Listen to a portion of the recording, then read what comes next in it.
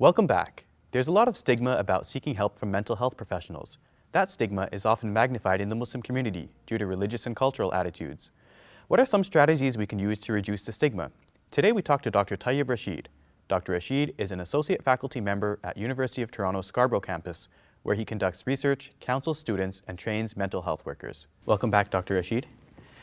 We've been talking about strength-based resilience and the work that you do, and of course the question in the back of my mind has been, well, what about the stigma that you must encounter from the Muslim community or from a lot of Eastern cultures in terms of seeking help, seeking counseling?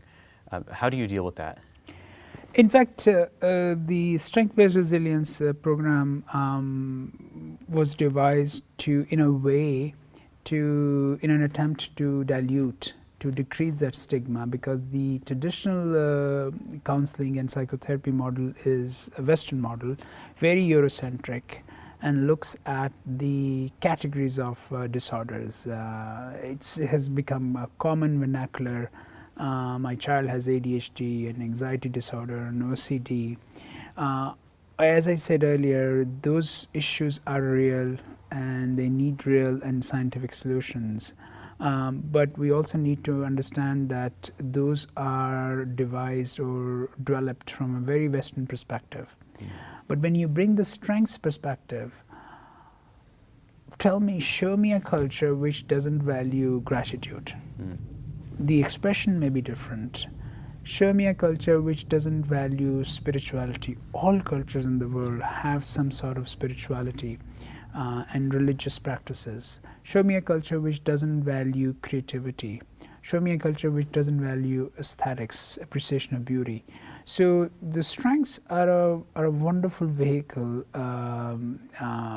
ingredient, I would say, of counseling and psychotherapy practice for me, which can reduce the stigma in this way. You come for mental health services not to know what is wrong with you only. I guess it's like some people don't want to open that can of worms. They don't want to show up and find out that they have all of these repressed memories and problems. They're not really interested in that, I suppose, but strength-based resilience is something that can attract people, do you find? Yeah, indeed. Because not everyone, we shouldn't be operating from this assumption that everyone needs to go through a very detailed process and analysis to recover their repressed memories and childhood traumas. For some it may be important, but I think what might be more effective, especially for diverse cultures, is if they have this confidence, the mental health professional I'm going will listen to the problem, but will also tell what are the strengths, because by adding the piece of strengths, you get extra mileage, extra acreage to solve problems. So by knowing the problems, assessing the problems, you can, yes, of course, these are strategies to mitigate or to reduce the symptoms, but the strengths gives you ideas how I can increase my life satisfaction, or even better, how by increasing my gratitude, by exercising more gratitude, how I can reduce my negative emotions or resentment. By doing a bit more acts of kindness, how can I be feel more connected and less isolated? By being a bit more playful, how can I be less boring? So I think it's the real interest, my interest of advancing this practice with cultural communities is, it's not just the Western model. It's almost like a universal model where we put the human existence, irrespective of culture, both the positive and the negative, yin and yang together, to understand human beings in a more comprehensive, more contextualized, more meaningful way. You deal with a lot of Muslim and maybe South Asian patients, students at the university, and you must have noticed some sort of nuances in terms of that arise from culture, in terms of the issues they bring to you. One of them that you mentioned is sort of the extreme of forgiveness in relationships. Can you tell me a little bit more about that? Let's consider an example. I've worked with a lot of young Muslim females. When I give them, when we do the assessment, they're reporting and experiencing symptoms of depression and anxiety. When we also add the strengths piece, inevitably, in most cases, the strengths comes like forgiveness, social intelligence, love and kindness. And then I sit with, let's say, Salma, just making up a name. And I sit with Salma and I said, help me understand this, that you're depressed, you're also high on these strengths, and how are you using these strengths? So and many times it turns out that Salma is not standing up for her, not taking care of herself, or not standing up when she should stand up, and tolerating sometimes injustices within family or in other relationships, which is keeping her depression.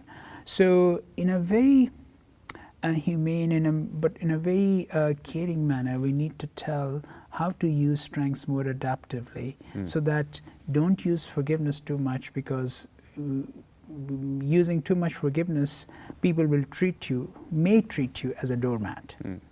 It goes back to the golden mean. Golden mean, exactly. And when you push the strength too far, it becomes a weakness. It becomes a weakness. So strength in itself is not of any use unless the context, unless its usage, unless its implication on others are not understood and exercised. Okay, very, very interesting. You mentioned to me also that in terms of dealing with relationships, one of the issues often is young students having issues, disagreements with their parents, and that sometimes you have to bring the parents into the room as well. Can you tell me about how that dynamic works? So I deal with the students, young adults, who may be seeing or dating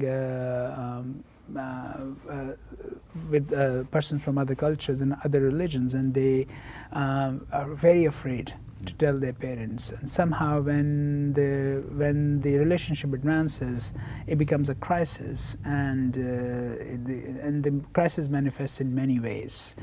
Sometimes these kids, I call them kids, they do self-harm or experience suicidal ideation, and many other things happens. It impacts their social functioning, it impacts their academic functioning.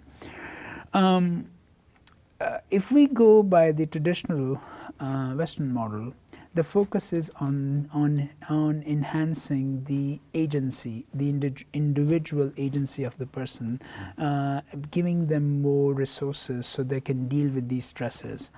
I think that could work. But for our community, for Muslim community, for South Asian and many Eastern communities, a better way, in my view, is to involve family.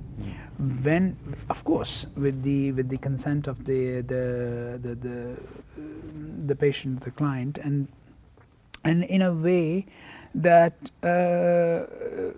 both you are able to provide an environment where both parents and the young adult or children can sit, and you are facilitator, you are conduit of having those problem solvings. That how can we solve this problem? What is most important? Sometimes I would ask bluntly, if the child is suicidal, I said, what do you want? I will look in parents' eyes and say, what do you want? Do you want your child to continue the self-harm and, God forbid, lose their life? Or you want to uphold the traditions? And so what is most important for you? And when they articulate their values, then you can translate, you can facilitate a conversation. And it may be challenging. I do not underestimate the challenges, but I think just focusing on the individual is less effective. Focusing on the family and the system, and taking this bull by horn by the mental health professionals is very important. We cannot do effective work with cultural communities just by working on the individual. Individuals are part of a system, and we need to look at the system as a whole, because they want the alleviation of their stress. And that stress is not going to go away if we don't look at the system and take care of that. Sometimes I'm also able to use the community resources because it's the student is agreeing, but the parents are not. They don't want to see a psychotherapist. So then I'm able to use some in our community. There are some wonderful individuals, such as Muslim chaplains, who has pastoral counseling. Very few. We need to have more of those resources. Or I'm a male, maybe the parents are more comfortable seeing a female. So then keeping all those considerations, any and every resource that I can find, I don't hesitate. I want to zoom out a little bit to the community as a whole, the Muslim community. And, many times people might not really feel that they need to see a therapist, or maybe they don't want to because maybe they feel, well, I'm not a -8. We talked about being in a deficit before. Maybe I'm just a -2 or something like that. Or they don't really want to think about their problems.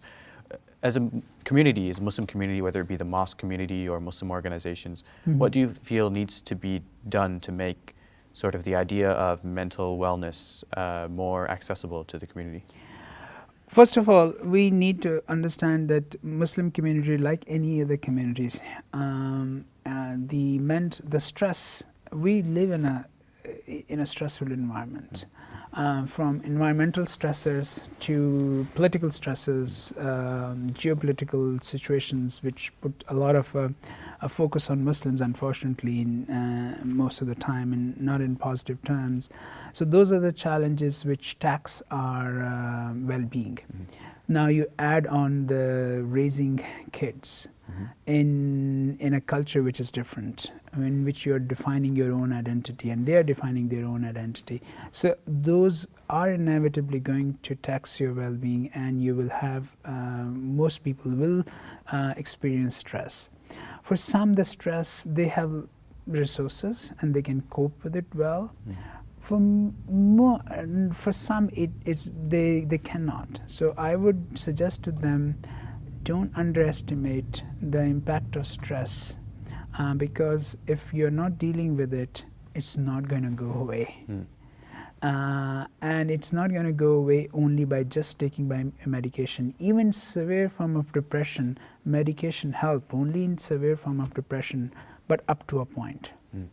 We need to develop skills, interpersonal and interpersonal skills, to deal with it. So, but the challenge, yes, is we don't have culturally trained therapists and mental health professionals to meet the demand, and also there's a stigma. So I would suggest for the community not to underestimate, but also for our community to find ways in which we can bring the therapy out of therapy room. The therapeutic conversations doesn't need to happen in the room. So I think if we can use community hubs, mosques, community resources in events where there are some psychoeducational workshops by sophisticated, well-trained professionals. Sometimes you have these workshops or talks which are very rudimentary knowledge. I think we need to match our solution with the severity and complexity of problems. You should be giving the opportunity for community to ask those complex questions, sometimes anonymously, and bring these experts from different domains. They don't have to be all of them doesn't have to be mental health. So I think these, for me, I foresee the more viable solution is to bring the therapy out of therapy room in community circles. Sometimes they can be smaller, sometimes they can be bigger circles, depending on the topic and the needs. Okay, thank you very much, Dr. Rashid. We'll take a break, and when we come back, we'll answer questions from you, our viewers. Hey YouTube, we hope you benefited from this video. If you liked it, or if you didn't, let us know in the comments below. And if you're interested in learning more, check out some of our other videos. And don't forget to subscribe so you can get new videos every Monday, Wednesday, and Friday.